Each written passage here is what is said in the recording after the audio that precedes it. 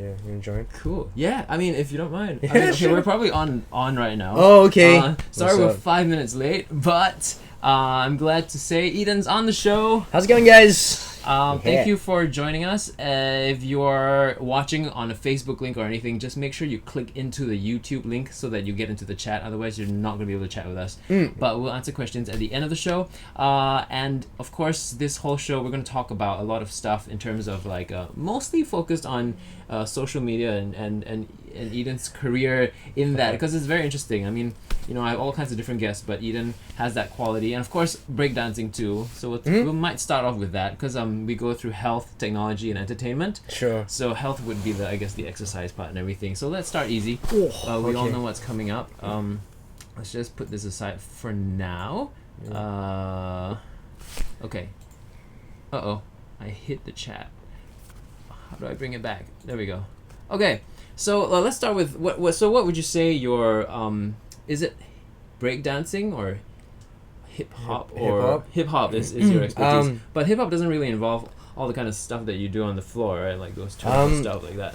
Should we? Well, we got an hour, right? So we might as well go through the whole story. I don't know. We don't. It's quite. It goes by really fast. Does it? Okay, Yeah, I'll make sure it falls under 3 minutes. Alright, so actually, hip hop, right? Hip hop is a form of expression that breaks into 4 parts. That is MCing. So that is like rapping, MCing, graffiti, turntablism, which is like DJing, and b-boying, which is breakdancing. So hip hop has 4 elements, and b-boying, which is breakdancing, is one of them. But these days, hip-hop dancing, the name hip-hop dancing has been used to describe MTV dancing. So like music video dancing has been called hip-hop, so that's why people think it's called hip-hop dancing. But b-boying is actually what hip-hop used to be, but now it's called b-boying or breakdancing, and that is what I focus on. I do other dance styles as well. So I do contemporary. I did that for a little while. I do hip-hop, but b-boying is my focus, and in b-boying there are a few elements. So the one that I focus on is called power moves. That's a lot of like flips and gymnastic, you know, kind of spinning moves. And stuff that you invent as well, right? It seems like you try and push yourself, and you're like pushing yourself towards something. You're like, oh, I did, you know, this many rotations, or I managed to stay up this long, or something like that. Right? Yeah. So it's kind of, you know, I see it as pushing boundaries. You know, different moves. Like sometimes it's about how creative you can be, how original you can be, and also how far you can push your body to achieve moves that nobody else can do. But so you started off with that, but since then, since I've started to get to know you, I've seen you like change or open up very much more different directions for yourself. I mean, musical theater was one of them, right? And so you sing and you play the guitar and everything as well.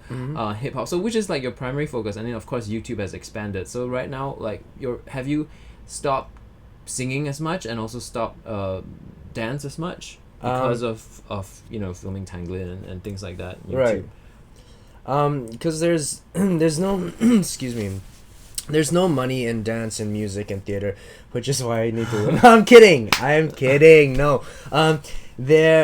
So see, I see myself, my brand, as a triangle. Let's just call it triangle. I'm a strong believer that, I think you agree, that singing, acting, and dancing is this trinity that works very well. The reason being, if you act real good, right, you can always express your songs better because you sing it, and that's emotional. And if you've got very good control over your body from dancing, you also act better. And if you can control your voice, you can do other characters as well. So I feel that these 3 things are my. It's like a ship. Think of it as a ship that's like, you know, going this way. It's like an icebreaker. So if right now what the market needs is a singer, that's when I focus on my singing ability. But as soon as I have a good acting gig, I kind of flip that triangle to another angle and use the other edge to penetrate that way. But the thing is, every time this triangle is moving, it's not leaving another aspect behind. It's holding all 3 together. Right. So yes, it's true that I started with breakdancing. I had a really bad case of slip disc, really bad slip disc, which made me rethink my career. You know, am I going to be a breakdancer forever? No, I've never wanted to be a breakdancer forever. Right. But with everything that I do, I want to be at the top. I want to be number 1, and I want to make sure that, you know, I inspire people through what I do. Right. So I remember you telling me that. Yeah, we did, right? Yeah, so after breakdancing went well for a while, I managed to do it professionally, which is, excuse my cough. Just overworked. Yeah, which is popular. no, it's so See, that's the thing with breakdancing. You know, I've gone this far. I've gone, okay, that's a lot of fun. But because of Slip Disc and all that, I've gone, you know, how many more ways can I inspire people through? How many more avenues? Right. And then I liked singing at the time, so I was like, look, if I cannot dance, then at least I can sing. I can play music.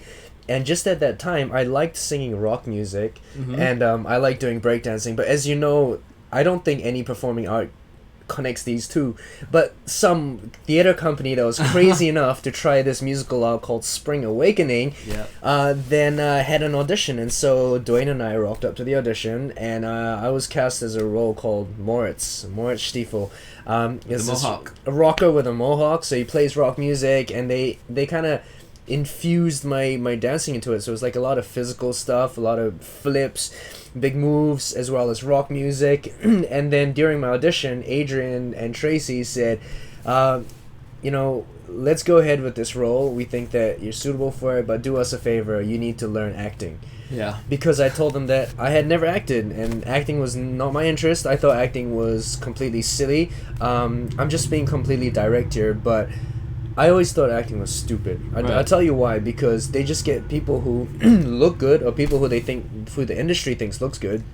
They put them up there and they say words. And honestly, anybody can do that. You know, I can to open a door and say, "Hey man, how's it going?" and just have a pretty face. How freaking easy is it to do that? That's because you've been watching lots of MediaCorp. That's why you think. Well, but the punks See have what always you been, did there. Yeah. But now you're on it. Yeah, no. but the punks have always been good about casting new people, and that's great that they take that chance, right? Yeah, that's right. Yeah. Cool. Awesome. Yeah. All right. Oh wait. So to cover up for that, right? Yes. So then I learned through that acting is not about that. Because in Spring Awakening, you know, I had to learn about my character, about suicide and all that, and I used to, you know, see how many ways I could feel what the character feels and all that. That's when I got into acting, and then acting became their primary thing. Right. Just to close up everything, because that was getting a bit long. Yeah. Right. Awesome. And so now it sounds like you've taken singing and the dancing has taken a bit more of a back seat. Cool. And in terms of health, just to wrap it up really quick, let's talk about your favorite food place. I always ask this of every guest. Just really quick, just choose one. You only choose one in Singapore. Something you're willing to share, not that you want to hide for yourself. Off the top of my head? Just off the top of your head, yeah. I'm sure you have too many. Sashimi. Sashimi. Yeah. There's no particular food place, just the type of food that you like. Yeah. It's, Anywhere that has sashimi. Yeah, I like, I cannot expand on that, right? You can if you want to. I like Thai mei, you know? Oh, okay. You know, completely over-fried Taiwanese food that is very sinful, that tastes really good. Right. Yeah. All right. So now, speaking on food and technology, technology is when we're going to talk about more of YouTube stuff, and that's the meat of this episode, I would say.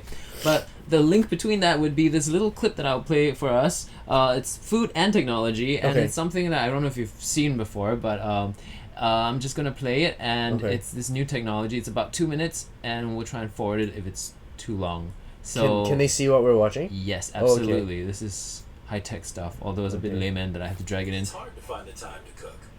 It's not always easy to make it healthy, and make it perfect. So, we made cooking simpler. Meet Mellow. It's a slow cooker made for top chefs, but now made for every home chef. Top restaurants use a technique called sous vide cooking. It's a thing that has you asking the question when you dine out, why can't I make food this amazing at home? Sous vide is slow cooking your food to the perfect temperature, to the perfect texture, to the perfect taste every time. With Mellow, now you can cook a 5-star restaurant meal effortlessly. Wait, is that real? Yes, it's real. There to cook it. All right. You make a There's chicken more. breast dinner while you jog. There's your Braise spare phone. ribs The technology while you comes work. in make even more. poached eggs for breakfast while you sleep. Oh, You begin by snap. placing ingredients in our specially designed food-safe bag. We'll start you off with enough for a month. So what you do is put your food in the bag, and then it seals it up. And drop it in Mellow. And then anytime you want it to cook, you use your phone to tell it when. Choose what Yeah. you're cooking, when you want it done, My how you'd goodness. like it made. So it's like, That's it. That's all. You're done.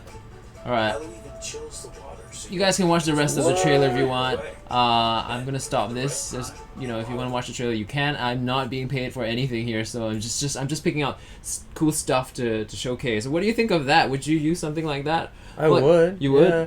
See, when it comes to okay, so for me, physical breaks down into two parts.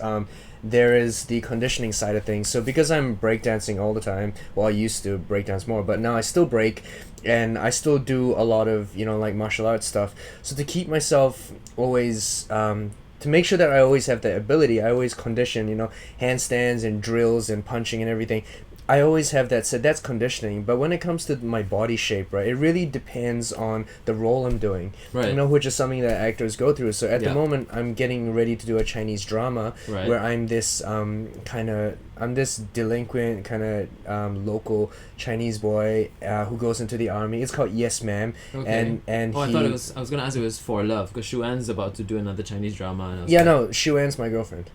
Oh, so it's not For Love. It's Yes Ma'am. It's called Yes Ma'am. Yeah. Oh, yeah, yeah. okay. All right. Yeah, yeah. Correction on 2 weeks ago's episode. It's Yes Ma'am, not For Yeah, Love, right? No, I don't think it's called For Love. Maybe I heard it wrongly. Okay. Yeah, or so, maybe she's doing another one called For Love and then Yes Ma'am after that. Right. So so I'm Shu An's my girlfriend. Funny that. Yeah, she was just here. So wait, where was I going at this point? So for example, Condition. that character, right? So I need to condition, and I condition, but I also make my body fit this character. So to play this character, I've cut like sweet stuff and oil and all that, as painful as it is. But this cooker looks good because it looks like it can make me good tasting food Right. with my phone. It did say slow cooker though, so I'm Right. not sure how much time I have for that. But Because you can time it anytime, like And whenever it- you want it to cook. So it can be really slow, but if you tell in advance, it'll make it by the time you get back. is that right? Yeah. So it's a slow fast cooker. It's a Slow fast phone cooker. Yeah. You I just like tell that. you just tell it when you want it to be ready, and then it'll get it ready by then. Sounds like a plan. Yeah. Mhm. So I guess to me. I was gonna say like, why would I want to do that? I would just go pick something up on the way home, right? But I guess Uh-huh. your point is that it's something that specifically you want without Yeah. oil, and so then that's harder to get in Singapore. Very Awesome. correct. Cool. Because in Singapore, lots of food tastes real good, right? Then it's got so much oil in it. You're like, Yeah. my goodness, there's so much lard in this. Okay, Mm. so now the meat of it. This is exciting too because I've just started my journey as well. I mean, and this is YouTube. Mhm. How did starting a YouTube channel? And I guess like there'll be people who'll be watching this particular episode if they're interested about it. So I always hear start with something you're passionate about because otherwise you won't be able to sustain it. There won't be enough content, and Mm. also be authentic. Yeah. What was your journey like? Just looking at your videos actually just today I noticed that towards the end of 2014 Mhm. you started to pick up on like more output, higher production value. Did you always before that you already had like Dwayne did his research, by the way. semblances of like skit potential, like you were doing like skits and everything, but just not as often. Uh-huh. So it suddenly became quite strong, where you were doing more high content quality. You were having like more more music involved. Like production quality went up. Yeah. So what was that journey like? What was your intention starting it? Was it to be, an ongoing YouTube series, or Uh-huh. because some people start out wanting to do it and wanting to be a particular thing, but some people just start out randomly and then they become famous like suddenly, and then they're like, oh no, and now I got to keep something going. Like, Right. I mean, if you care to share. Yeah. I think when I first started YouTube, I did it because I wanted to put this... See, okay, here's the thing. First of all, being an entertainer is not what it seems like to a lot of people. Yeah. A lot of people think that if you train really hard and you do your homework and you work on this, you work hard on that, right? Someone's going to come out there and scout you. The truth of the matter is that might happen, but that's not something that I count on. Yeah. I don't sit on my ass and wait for someone to pick me up. Yeah. I'm not a hooker. I got the skills that I have, but I go out there and I create that opportunity. Right. So YouTube is where I can create more opportunity. Right. I cannot go to showcase, because if someone hires me as an actor, I'm just gonna act. They don't know that I break. They don't know that Yeah, I sing. exactly. So how do I bring all of that in a package and market myself? Well, YouTube, because on YouTube I can say exactly what I want. I can show exactly what I want. Right. And the great thing about YouTube and social media, let me just elaborate on that, is that social media gives the power to the people. I'll explain to you why. See, I do MediaCorp, but let's be honest here. If MediaCorp wanted to film someone's knee and put it on TV for 1 hour, we will watch someone's knee for an hour. Not that they're going to do that. I'm sure MediaCorp is doing their best to provide the best entertainment. Right. But the truth is that if if this company wants you to see this particular thing, you are going to have to see that. You have no say in it. Yep. You know, you can feedback, but they don't have to take it in. But the thing Yep. with YouTube is that it's instant. If I don't like Dwayne's video, I'm going to thumbs down it. If I think Exactly. it's awesome, I'm going to share the shit out of it. I'm going to tell everybody about his videos. And it gives the voice back to the people that you Yeah. get to choose what you guys want to see, which is amazing. Exactly. And Right? the talents, I mean, like, before YouTube, all the talents were controlled by a few people only. Yeah, and that's all, they right. have all this talent that they can do so many things, but it's controlled by these people. Yeah. But you take that away, and then you have all these talented people that can express themselves. So that gives Yeah. power to the talents as well as the viewers. I mean, That's it's right. powerful. That's right, yeah. I mean, I've got a lot of respect for people that do TV, and I think that, you know, honestly, MediaCorp gets a lot of flaming, but I think that MediaCorp has done a great job. You know, Yeah. it's trying their best, done a great job. They are. At the It's hard same competition time, these days anyway as well. it is, yeah. Yeah. At the same time, I feel that, you know, your point is completely valid. You know, as a performer, if you're controlled by an industry that's a monopoly, if they think you're good, you're good. If they don't think you're good, you got no chance, full stop. Exactly. But because of YouTube, you decide if you want to have the opportunity, Right. which is amazing. I just wanted Yeah. to add that you had a good perspective back in the day, because now it seems like I'm talking to people, and they're you know, people with agents and things like that. The agents themselves are going, you know, you need to up your social media platform now because Right. it's important. And these are people who hadn't relied on it before and were successful, but now are finding that the market has changed up. So Yeah. good foresight. Yeah. Okay, so that answers that. So then you got more serious about it. But then in terms of technicalities, were there learning curves that you had to encounter? Like, you know, like, Yeah. how does YouTube work? What is this? Like, how do I cross platform? Like, what supports what? You know, do I have to learn more video production, video editing, and all of that? Or are Right. those hurdles that you feel you had to come across? Yeah, so to tie that in with the first question, after I did these YouTube videos, I put them on, and barely anybody watched it. A few church friends, a few good friends of mine, they'd Right. share, and so it'd get like 2,000-3,000 views. That's about it, full stop. Right. And you know, those were not the numbers I wanted to hit, but Yep. hey, I was busy with Universal Studios with Dwayne, Yep. except I was doing this show called The Rockefeller Show. I was breakdancing and doing all that stuff, but nobody really gave two craps about my YouTube channel.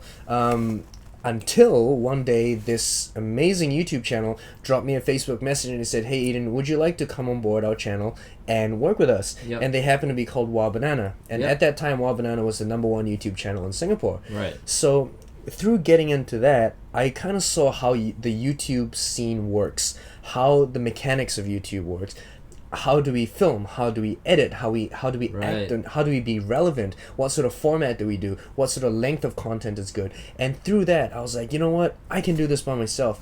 And the reason why, you know, I decided to go and do my own thing was that, see, I love Wa Banana.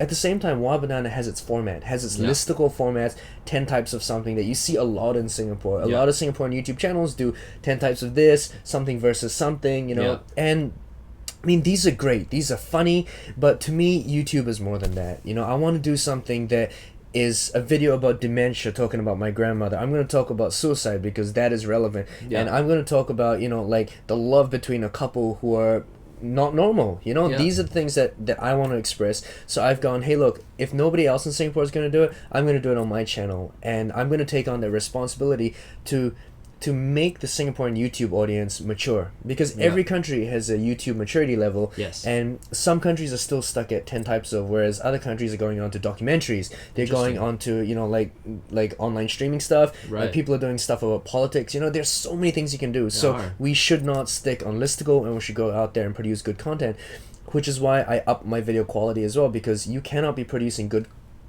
content with shitty lighting. You know, Yeah. it just doesn't work. Yeah. And at that time, I was at the New York Film Academy, so that sparked my interest in directing, and that's why now I've got my own team, my own camera guys, sound guys, you know, lighting guys, and we try to produce the best work that we can.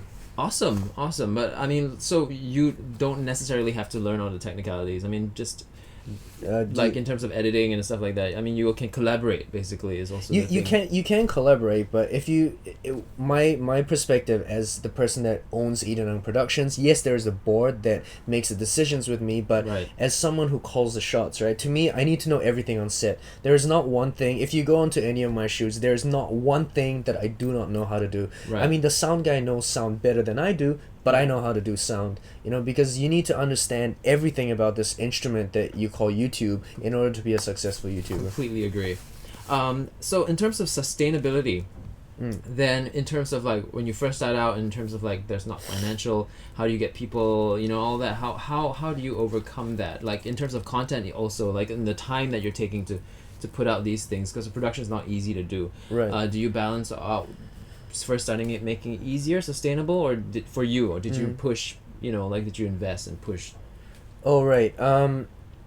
You see, I think people go into YouTube for different reasons. I see some people going in there to just talk pure business. They just want to get a product out there. Some people are out there to to make a point. For me, it's all about content creation. I never knew that content creation would take this path, but thank God that that's the way that I went, and through that, I'm sure you know how it works as well. You get money through AdSense. That's how YouTube works. You make money through AdSense, but a big portion of that, the way bigger portion, is from a thing called brand deals. That's when, let's say I got this really nice top on and I'm like, hey, look, I want to share this with everybody else. The brand comes up to me, let's do a collaboration, here's XXX sum of money, can you do a video about us? Then that's how we earn the bigger money. But Right. I'm a firm believer in, you go in there to produce the best content that you can produce. The money comes in, great. But if you go in there purely for making money, you might be I don't know. disappointed. I don't right? know. Yeah, you might be. And these things take time too. I mean, if you see stagnant, then no. But if you see like a gradual thing, like I was talking to some of the people at Maker, and they're saying like, oh, you just started your channel. Let's just see how it goes. Sometimes these things take 3 years. Yeah. So it really depends. Yeah, it ranges all the way from overnight success to do it your whole life. Nobody gives a damn about your videos. There's a huge range. You gotta love it, because if you don't love doing it, you're gonna stop. You're gonna give up. It's like any other job. YouTube is just like any other job. If you love it, if you do something that you love, that gives to other people and makes other people's lives better, automatically it's gonna be sustainable. Yep. So going from sustainability, now let's go to collaboration in general. It seems like for me, I find like I was a bit surprised. Like when I started my channel, I was like, oh no, what's out there? What should I be afraid of? But then I realized people are very collaborative, and they're not even like, they're like not afraid of, like just sharing followers across the platform. I don't know, some people may be afraid, but I found that if you don't think about those things, if you actually collaborate, and if you're actually quite giving, the community just grows better. What do you feel about that? Like, that's a real good question, man. Right. Okay. You see, I've been in this YouTube game for a while now. Not been the longest, but I've been in there for a while. It was never my intention to be a YouTuber. I never actually went out there calling myself a YouTuber. Till these days, I just say that I'm an entertainer. But you see, there are a whole bunch of YouTubers in Singapore, and let me try to make it clearer this way. If you put 5 YouTubers in a room and you throw a $10 note in there, ain't nobody gonna fight over that. No one's gonna fight over it. Right. If I take $10,000 and I throw it in a room full of 5 YouTubers, people are gonna climb over each other to get that money. Right. That's when politics comes in. Okay. When I have it depends. When I take a photo with Dwayne, am I gonna tag him? Do I want my followers to then follow him? He's a good-looking guy. Do I want people to start watching him? If I'm a very defensive person, I would make sure I don't tag him. I'll make sure I don't put his link up. Right. But look, if I've got a big heart and I've got a very broad perspective, I'd go, look, I'm gonna share followers, because it doesn't freaking matter. If he does good stuff, then show him the love, and if I do good stuff, show me the love. And that's where I feel it goes. It should not be about fighting, about competition. Right. It should be about, you share the love, you share that content. If people want to watch that, then why not? It's like, just because, let's say, you sell sushi, it doesn't mean that you have to flame all the pasta shops, because some days people eat pasta, some days people eat sushi. Exactly. You can always share. There's always enough to go around, I feel. Right. Well, I don't talk about too much about myself, but this is something I wanted to share. So this journey has been quite new for me. Actually, my Disney channel is doing a lot better suddenly, so that's given me some confidence to actually even be so vulnerable and share this. I think in the YouTube games also, like, may the best person win, because it, like, especially with this particular series, Spin Stop, I really at this point I'm thinking, I don't know if this is working. I'm not getting enough views, and even though I've had quite big social media people on the show, it doesn't seem to translate. Like, Shuan's got like 80, and I didn't even know this when I invited her. Actually, I looked it up on Instagram after the show, and I realized she has 80k like followers. You have about 80k in that range followers on Instagram as well, right? Yeah. And like, it doesn't translate. So to me, it's not even about like sharing followers. Sometimes it's like, if your content just isn't sitting with a particular demographic, because your demographic might be much younger, and the stuff that I talk about here is actually quite in depth. Right. So it's not. Sometimes they come here. Like I can just imagine Shuwen's, all the little girls coming on, going, Right. why are they being so serious? Right. And it's not the kind of stuff that they might want to see. So it's just like, and then this is an hour-long thing, but for me it's a journey of discovery, so I'm just gonna keep at it, because I find the hour-long ones actually help to get into detail, which you can't do in a lot of other stuff. Right. And I feel that in the future, because YouTube's still very young, the demographic right now is hugely in the young market, but these people are going to eventually grow up, so then they're going to be searching for different types of content, maybe which are not popular now, but with things like that, like it could last longer if you have evergreen topics, like it might change, right? I don't know, that's what I'm thinking. So anyway, I've also been told, like, sometimes all the rules, you just throw them out and you just go with what you feel. Yeah, actually, surprisingly, my YouTube channel's demographics is older than most other YouTube channels. Oh, yeah, interesting. Mine's not the young teenagers. It's actually 18 to older 25 all the way up to 30. Okay. So I actually have the older audience members, which is why I also do Wild Banana, because that's when I speak to the younger audience members. I think what you say is completely true, man. I think that's very, very true. Yeah. It just occurred to me. I was like, wow, I think so. Yeah, see, at the same time though, Dwayne, I feel that because if someone has a huge following though, but if they don't know about your platform, it's not that your platform isn't good. If they knew about it, they would check it out, they would subscribe to it. But sometimes when something grows, it's still at that stage where, here's something that I can almost bet you on. Okay. You do great interviews when you're starting. Your first 2 weeks of interviews, you do super awesome interviews. You're like, I'm not getting the views that I want. Come back to this channel 2 years from now, you're going to be like, oh my goodness, there's so many people watching my channel. People love it. People are talking about it. It's the new hype thing.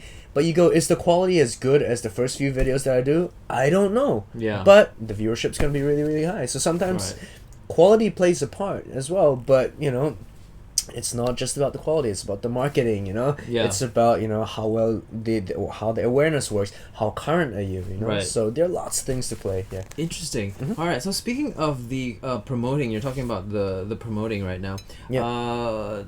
Okay, we're going to talk about platforms and forums later, but in terms of cards and annotations, do you put that into your own videos? Cards and annotations are little things that pop up in your video, because after you watch a video, basically the traffic is going to go to some other suggested videos which may not be yours.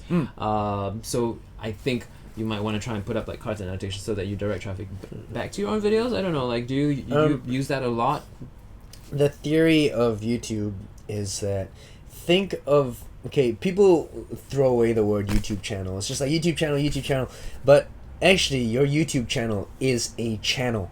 Think about if are the majority of the viewers Singaporean? Mine?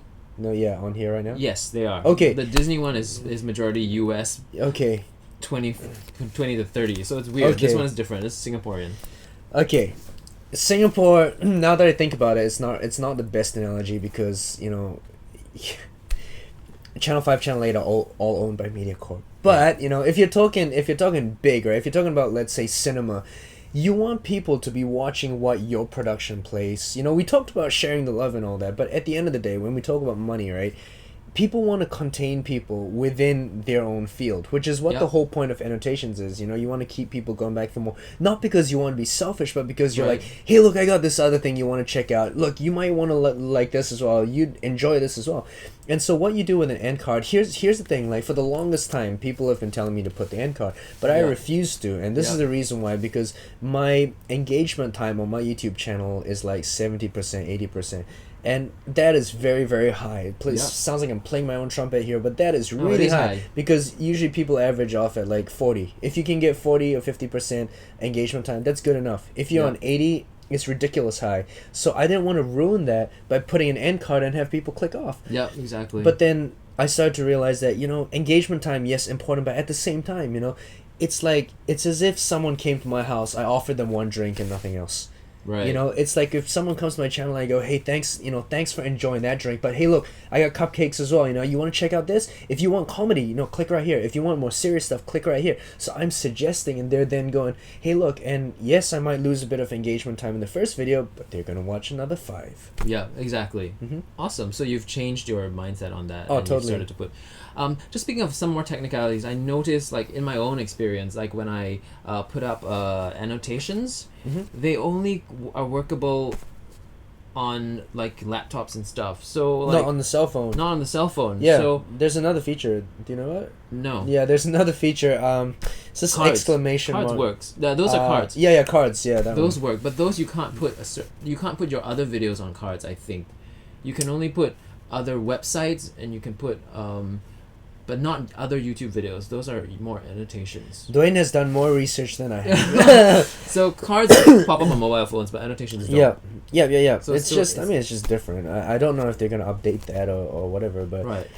but hey, if you, let's say you mention it at the end of the video, right? You're like, hey, click here for more videos. It might not work on the phone, but all it takes is 2 clicks for them to go back to your main page and find it anyway. Yeah. So just remember to mention it. I feel. For me, the safest is to mention it and then talk. Just always put it in the video, in the link in the video description. That's the safest for me, because sometimes these things just, I don't know, don't work as well. Yeah. Okay, now so we're talking about cross promotion and things like that. So the whole beast of social media, right? Like Right.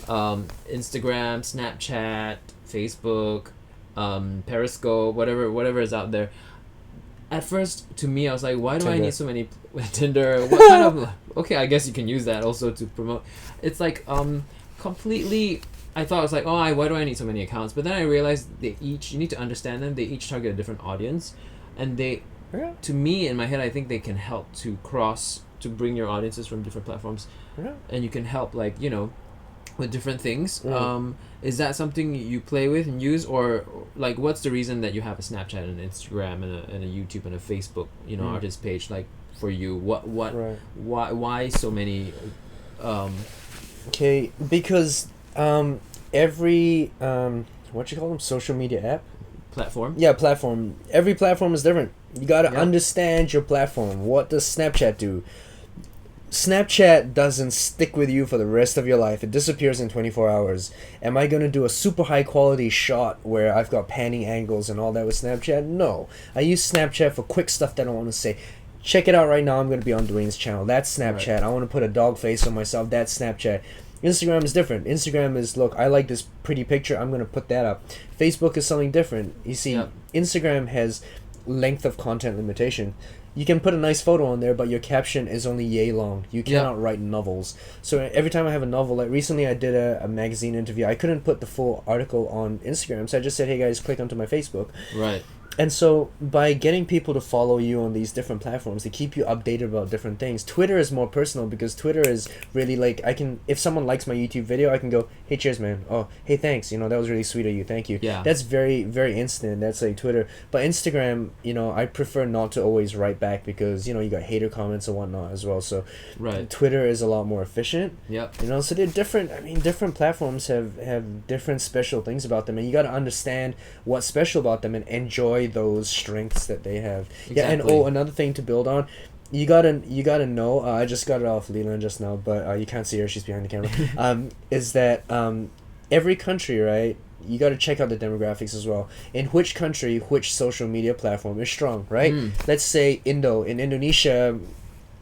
Just shout outs to Indonesia, by the way. I love Indonesia. I've been there a few times and I completely love it, which is why, let me build on this. I got Indonesian subtitles, I got Bahasa Indonesia subtitles, and I've got Mandarin subtitles because I believe that entertainment should be enjoyed by people of all different race, religion, ethnicity, That's whatever. awesome. Okay. So you're studying analytics to know who's watching. Yeah, so Yeah. for example, in Indonesia, Twitter is huge. In Singapore, Instagram is huge. Twitter, not so strong. Facebook is doing pretty okay. Look at Vietnam. Facebook is super strong. Right. In Thailand, is YouTube as strong? I don't know. In You China, gotta do YouTube is your banned, research. so There's no YouTube, yeah. exactly. So you must understand. You must understand the social platform.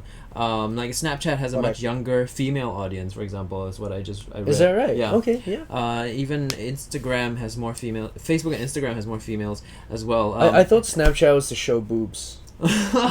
No, I really thought so. That's what I Maybe, heard. Yeah, because maybe. the whole point of Snapchat is it only lasts for 24 hours and you can pick how long. So I heard that, this is what I heard, that Snapchat was for like, you want to send raunchy photos but you don't want the other person to save it. So you use this app to, to just get the quick photo across and that's it. But, it had a good spin out and now it's a lot more than showing tits. Oh, so it was right. Like when I first heard about it, my friend was actually. I say my friend, but it really was my friend, was actually using it to show like, you tits. show stuff. Yeah, and I was just like, oh, what's this thing? I don't want to be on it. And then now it's become this whole other thing. So I guess the Yeah. medium sometimes is changed by what the people do with it, That's right. which is very interesting. Yeah. And then YouTube also, I read another article that says that a lot of people that watch YouTube are not always college holders, but if you share, so like LinkedIn is another interesting platform where Okay. say if you have a podcast, I always feel like podcasts are the brain of society because Podcast, they okay. discuss things and like it's more in-depth, Yeah. stuff like that. I should actually be doing that as a podcast. So that kind of stuff I want to share more on LinkedIn because like I feel like these kind of stuff doesn't get picked up as much on YouTube. Yeah. So yeah, it's like it's about the medium, I guess. Just curious though, Snapchat, since you use it more than I do, how do you tell how many subscribers someone has, or like how you can't How? hashtag something and look something up? Well, I can show you. So I did read that if you have more than 100 subscribers, Can we then it see this? shows. Yeah, you have to put it really close. Okay. Hello, Suhui, by the way. Okay, wait. Let me open it up like that. So, my snap failed to send, but you can see 2.5, right? I don't know. Okay, let me You try have this. to put it really close. Okay. Yeah. See that? On the corner it says 2.5. The previous one, Right. Mango Pudding is 2.4. So that's So- 1,000. Yeah, 2.5K. So okay. I've been slightly inactive, to be honest, on Snapchat, just because I've been vlogging a lot. So every time I vlog, I'll not Snapchat it. That's a whole different story. But I used to average off at about 3,500 per snap. But my friends like Wenji is doing like 23,000. So Right. Oh yeah. So it's not subscribers. Snaps is how much how many activity people is watching. happening. Yeah. But you can also see how many people follow you or something like that. Interesting. Yeah, it's very difficult for me. I mean, like Snapchat is like the interface is not as friendly. Yeah. And speaking of like, so if someone Yeah. were to start, like for me, I started the Disney Channel especially, and I went to Reddit thinking I should just talk about my stuff in a forum somewhere. Yeah. But when I first started, it was like I was slammed because you're cross promoting. Like 1 out of 10 posts should be about you, but like if you have all your posts about you, you're actually promoting yourself, blah blah blah. I got banned even from a Is that Reddit right? group for that. Yeah. So Okay. I like, where do Oops. people go to, like, if at all? I mean, I Promote guess yourself. yours is different to promote yourself. What are your thoughts on that? As in, how do you promote content? Yeah, I mean, in terms of with forums, do you Oh. think that's something that should be like is a viable thing to go to forums? Like, Forums, honestly, I don't do too much, bro. Like, Yeah. I don't do forums very much. Something that that my mentor, Mr. Lowe, always tells me. I think I told you about Mr. Lowe we before. talked about Mr. So Lowe. my mentor for many years, he told me something which makes a lot of sense. Your fans, right, are your friends. Yeah. So fans start off with friends that like your stuff. Yeah. Right? Like, I like Dwayne stuff, so I share. I'm a fan of his. Just because I'm his friend doesn't mean I cannot be his fan, and vice versa. Just if I'm a fan doesn't mean I cannot be a friend. Now, let's go all the way back to it, right? I really feel that, social media, YouTube, whatever, it all boils down to just interaction with people. So if I tell him, like, hey, look, Dwayne, I got this new channel coming up, he's going to share it, and he's going to tell somebody else and whatnot. Whether it be in forums, whether it be through Instagram, I don't know what it is, but the point is that, you just got to get the word out there. Honestly, I don't have a prescription of, this is what you should do, but, I mean, try it. If Reddit doesn't like your stuff, then don't do it on Reddit. Go check somewhere it out on Instagram. Maybe people like it on Facebook. Yeah. And yeah, I mean, you were talking about. Yeah, no, go for it. No. But then when you do stuff on Instagram, for example, this is a whole other thing now. We're talking about hashtags, right? Hashtags. And trends, what's trending and stuff like that. Yeah. Is that important to look up, like what kind of hashtags you put, or just like just put what you feel is right? Like, to be honest, I see some people hashtagging like just crazy amounts of stuff, and that to me sometimes is a bit off-putting because I'm like, oh, you're trying too hard, Yeah, I almost have 0 hashtags, and if I do have hashtags, it's just silly stuff. Like, I have a old photo of me, and I'll put hashtag 丢回去, like hashtag throwback. Right. So it's stuff that doesn't even make sense. So I just Right. hashtag Dwayne is awesome. Nobody else. Yeah. I mean, Yeah. not that Thanks. there's a no. that's- Dwayne is awesome. I do but that. I do don't that know, too. right, as a joke, right? I hashtag but like something that would probably only have one hashtag to it when you search it, like just because it's a joke. But I've seen people do like hashtag Asian girl, hashtag pretty, hashtag. Like, I mean, if it works for you, it works for you. I just don't do it personally. Yeah. Yeah. If it works. I mean, I had a Facebook rant recently where somebody was hashtagging himself, hashtag handsome, cute, hot, and I'm just like, what? Why would you let people do it? You don't have to hashtag yourself hot. Yeah, I mean, like, yeah, precisely. Here's the thing. Instagram, right? Or let's say Instagram, social media, whatever you post, that is the number one important thing. It's not about your hashtag. Nobody gives two shits if you hashtag handsome. If the photo is not handsome, no matter how many handsome hashtags you put on there, it's not handsome. Yeah. You know? I mean, yes, you should believe in yourself. That's why I don't subscribe to superficiality, you know? Yeah. It's not about being superficial, but look, hashtag pretty, hashtag this. No, garbage. Hashtag something that's important. Hashtag something like passion. Hashtag something like this is what I do every day. Hashtag motivation. Hashtag something that other people are interested in seeing that's going to better their lives. Agreed. I just Tony Robbins that part anyway. Yeah. But yeah. So I mean, authenticity at the end of the day, I still think wins. Superficiality only gets you so far. I mean, and there are tons of superficial stuff out there. So how do you, weed out? You get weeded out eventually. I feel anyway. I think so. Yeah. Speaking of friends and fans and things like that. So this other thing that I want to talk about is your relationship with your audience, right? There's one way you can look at it is from the analytics, but at the same time, you read their comments and things like that. However, if they do become very large as you grow, how do you keep up with that? Like right now, for example, on the Disney Channel, I'm starting to get like 10, 12 comments a day. So to me, I'm like, okay, I can still answer them, but sometimes it's like, they come in throughout the day. So I'm like, I stop stuff to do that, and I realize, and I also go look to other bigger YouTube stars, and they're like, sometimes things are just completely ignored. So so then how do you balance that relationship with your audience? What I think let's go back to a story. There's a guy who I talked to Dwayne about a long time ago. His name is Daniel Cloud Campos. I'm a huge fan of this guy. Dwayne's a huge Madonna fan, and he used to dance for Madonna. This is a true story, and that's why Dwayne knows who he is. He's a very good director, content producer. I really, really admire the guy. He wrote back to me once. I wrote him a YouTube message, and he wrote me back a message, and it made my day, my month. In fact, I'm still happy about it now. So, and the very first sentence that he wrote was, "Dear Eden, thank you for writing me," and that is so humble, and that spoke to me tons. And till this day, if there's any comment, or if anybody takes the time to comment and say something to me, I will do my very, very, very honest best to reply. The fact is this, though, having said that, is that I was doing that. I was replying to every single comment that I see.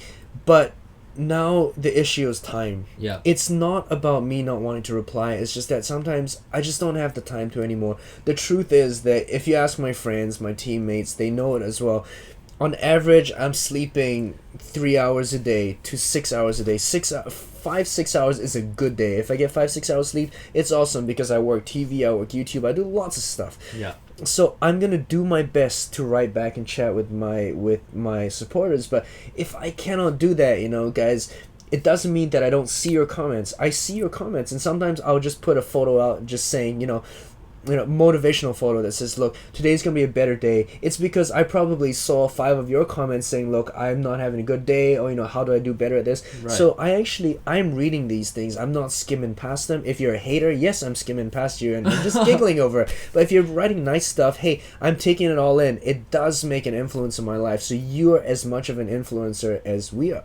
So thanks for that. And yes, if I don't reply individually, I'm sorry, but I will give back to you in other ways. Or the other video would be more relevant to whatever comment that you gave. Yeah, sometimes, I mean, we take it in, and then sometimes the questions are the same across the board, so you kind of put them all together anyway, and it's more efficient to put it out in one video or something like that, right? Yeah, kind of, but but at the same time, it's just... I don't like the word fans, because I don't like to, it's just a bit, obnoxious, but let's just use the word fans for now, okay? I like supporters. I like supporters, but to me, it's like my family.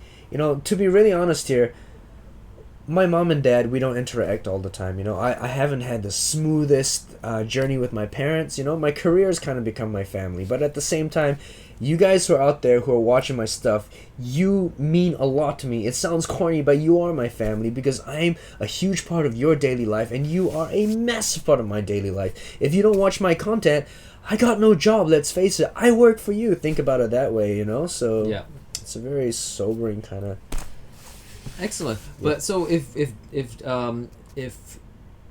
if he ignored you and didn't respond with that letter, do you think you would have felt differently? Would you have gone, okay, I'm just not going to follow him that much, just kind of ignoring me? No, right? Not really, because I still admire his content. You know, I wrote to Mike Shinoda from Linkin Park. He never replied because obviously he's just probably too famous. And I was like 14 years old, and I was like, hey Mike, like write back to me. I'll teach you how to break, because I heard you like breakdancing.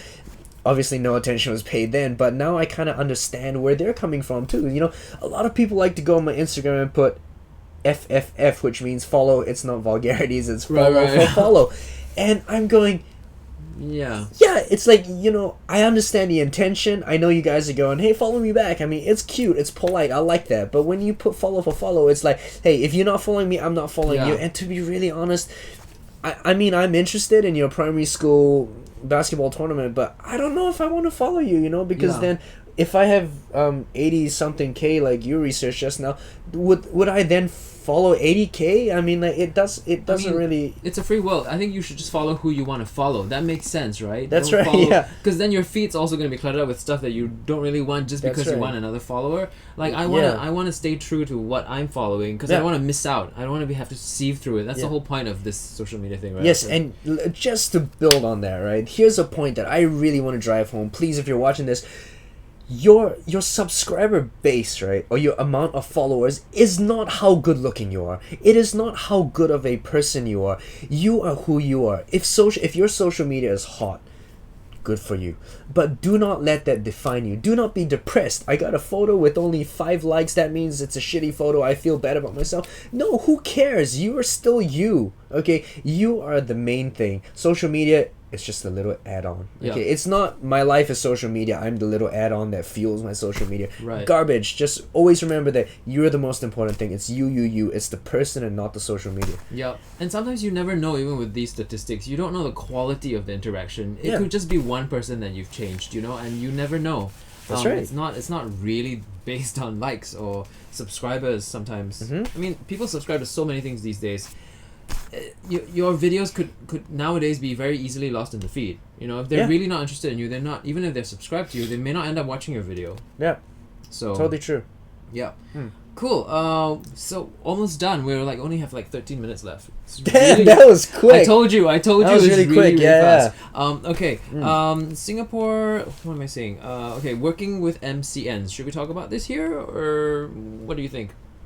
Oh, it's a bit touchy, but let's try it. No, let's do it. Come on, there's nothing that I don't want to talk about. Let's go. Okay, well, no, we don't have to talk about yours personally. I mean, but like, so say someone's channel grows really big, and then an MCN approaches them. What do you think? Do you think someone should approach an MCN, or do you think you wait for MCN to approach them?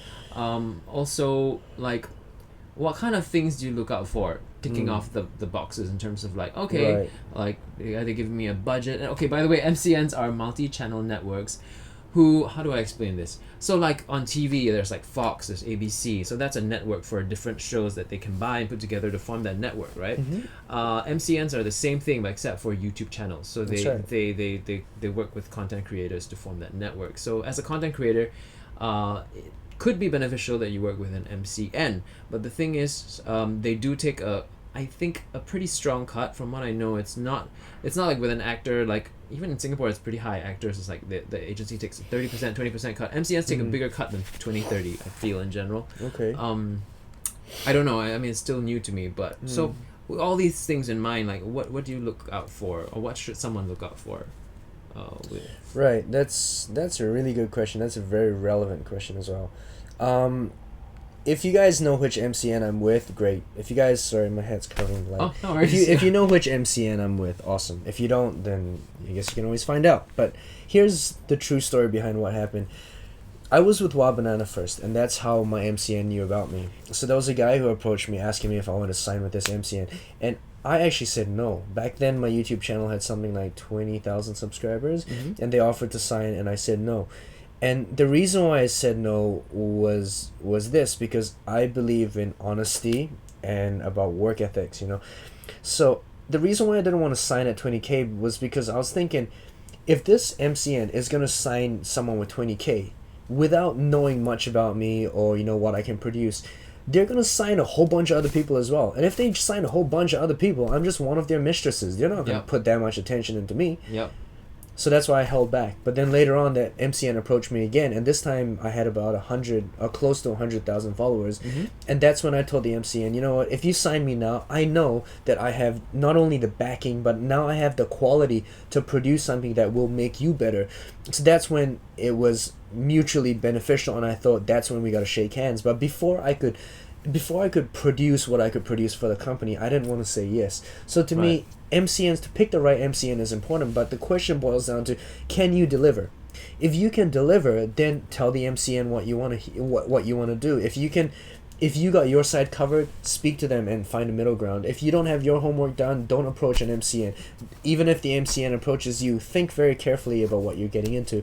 I feel that MCNs, you know, if you don't want to have an MCN, there's nothing wrong with that. I know huge YouTubers, like I'm talking 800,000 subscriber YouTubers with no MCN, and it works out for them. That's fine too. Yeah. So, you know, and I think a really important thing is that your MCN and you, it's not just a business agreement, you know, you need to get along with the people that you work with in that company.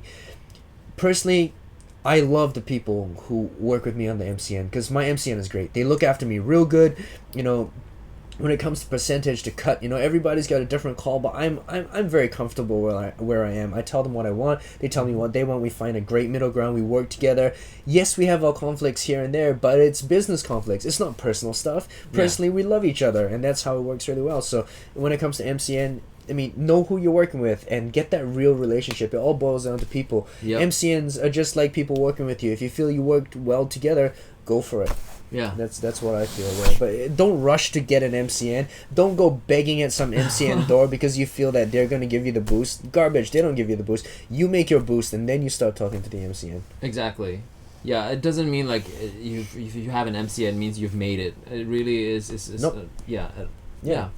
Awesome, cool. All right, so let's wrap up in terms of now talking about your career and what you're up to. So we know that you're going to be filming Yes, Madam. Yes, Ma'am. Yes, ma'am. Yeah, I just recorded the soundtrack for it, so I'm singing on the nice. soundtrack. So you see, have some you know, singing. yeah, It comes back, I do. right? You're talking Yeah, about the Trinity. the triangle thing. So you know, singing's always there. You know, maybe a slight backseat, but it's always there. You know, like you're never gonna catch me unprepared for any vocal stuff. You're never gonna catch me unprepared for dancing. I'm always ready. All right, do it. No, just kidding. Yeah. then I sing a horrible song. No, I'm kidding. Yeah. Anyway. Yeah.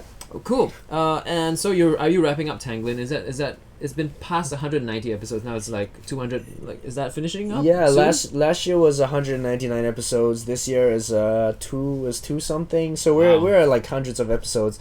Tanglin's lots of fun. So if you guys are watching Tanglin, thank you so much. It's Monday to Friday. It's like all through the week, so I'm doing that. So I'm doing Tanglin, which is awesome.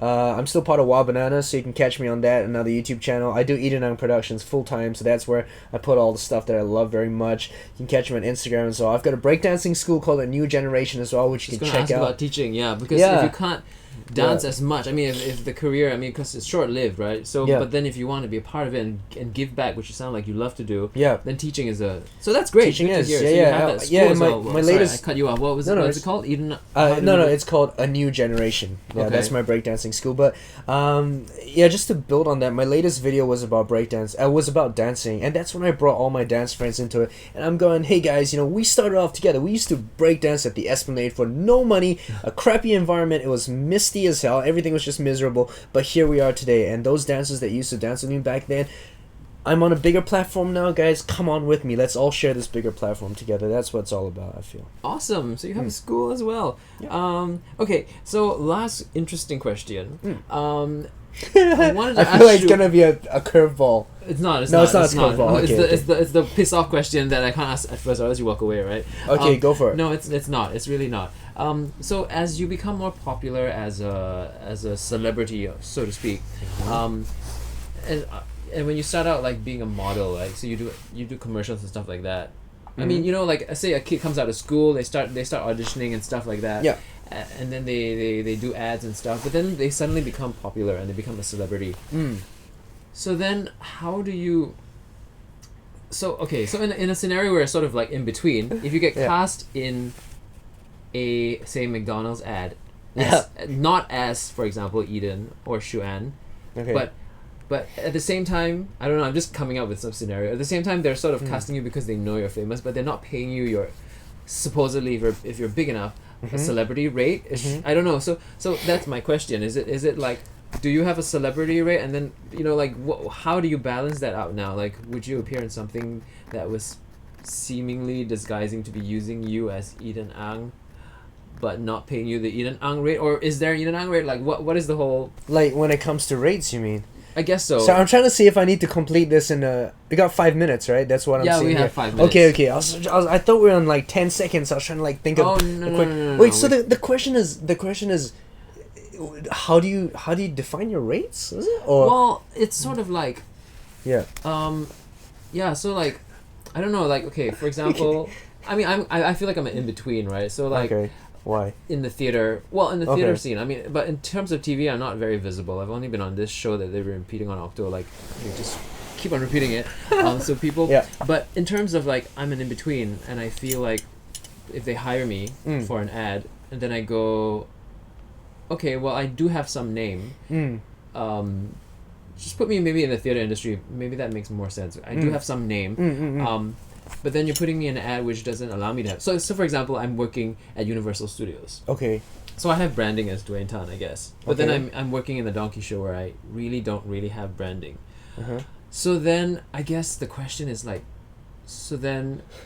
I guess everybody gets the same pay. Yeah. Well, that I don't have a choice there. But in terms of a commercial where you do get a choice, you're like... Yeah. Do you command the pay of Yes. like what you feel is deserving to... you know, your brand as a celebrity, or do you just go, no, this commercial is not like... What would you consider? How would you... Okay, honestly, this is... someone asked me this, 8 days asked me... 4 minutes. 8 days asked me this thing about Emma Thompson. Is it Emma Yes, I was Thompson? gonna ask you, she slammed social media Yeah, people. she slammed social media Yeah. people. Well, Emma Thompson slam social media people all you want, you know? She can do whatever she wants. And likewise, social media people or whoever you're out there, you do what you want too. Yeah. You know? Just because someone says something, then that's their opinion. It doesn't mean that, you know, it's true. And maybe she's unhappy with people that are just overly hyped up just because they got big tits or something. You know, that happens a lot in, you know, where we are. You got big tits, you got lots of followers, you get big roles, you know? Does that mean that you're a good actress? No, not necessarily. If you got big tits and you are a good actress, good for you. But if you're not, then, you know, it doesn't mean that you're not a good actress, you know? So you never know what people are looking for. In terms of social media, this is what I believe. When I walk through that door, let's take Tang Lin for example, okay? Let's say I do have a huge social media following. If you think it's huge, it's huge. If it's not, then whatever. Yeah. But I'll tell you one thing. When I enter that door and I play this character called Mai Katong. Right. So I drop everything. I take my watch off, my ring off, this ring that I always wear. I take this off. I take everything off except my boxers, okay? Because that would just be ridiculous if I just don't wear boxers on set. But I take everything off and I go on set with my character's clothes, with my character's accent, with my character's glasses, with my character's perspective. Everything is my character. It doesn't matter how many followers I have on Instagram, or Instagram, Twitter, whatever, YouTube. Once I go on set, I am the same as everybody else. Okay, so I feel that we're people that are professionals. We're there to do the job, right? Yeah. So, you know, when it comes to pay as well, it's all about how good you are in that platform. Yeah. You know, don't drag in, because I have this, you know, that's not really your buying power, but play it your way. Awesome. Yeah. That's excellent. Okay, cool. Actually, we have some time. We've got 2 more minutes, but I think that's, if you have nothing else to say, we can sort of wrap it up. Yeah, man. Yeah. Thank you so much for coming on. No worries. We'll talk some more. We'll go hang out a little bit. We're gonna have Hans, guys. Don't tell him where though. Oh, okay. I mean, but you used to live in the hood, in this hood, but I used to I'm live not here gonna with. No, not exactly where. But Dwayne introduced me to, was it vegetable soup? Yeah. Yeah, vegetable soup. Yeah. Mixed vegetable soup. That's you gonna right. have that? Probably, yeah, probably. And, you know, here's a funny thing. I just remember we had this conversation a long time ago, and Dwayne told me about a tip about acting when I first started acting. He says, if you're acting sad, right, you don't show that you're sad, because naturally people will try to hold back and not show that you're sad, you know?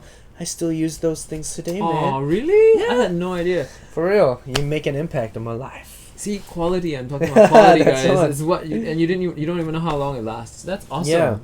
We Cool. still got like a few more seconds, right? We do. Well, we Yeah. don't have to be exact. But what I normally do is I invite our guests to click on the stop streaming. Oh, the stop stream. So just wave goodbye when you're ready. Okay. Yeah. I'm still gonna milk it to the last minute before I can. Or should I do this now? Yeah. So audience retention is gonna go. Gonna go like that. Yeah. No, I'm not gonna click on it. Okay, I'll click on it soon. Anyway, thanks Wei for coming on. Yep, this Also, episode wait, was thank- live. Yep. How's it going? Hi. Thanks. We only got to your comment just then. Got no time, but hey, always have time for you on social media, so catch us there as well. Yep. Okay, I'm gonna cut the stop streaming now. Okay. Okay. Oh, after all my videos, I always go keep rocking, God bless, and make the sound. So I'm gonna do it here. Okay. So guys, Thing. yeah, keep rocking, God.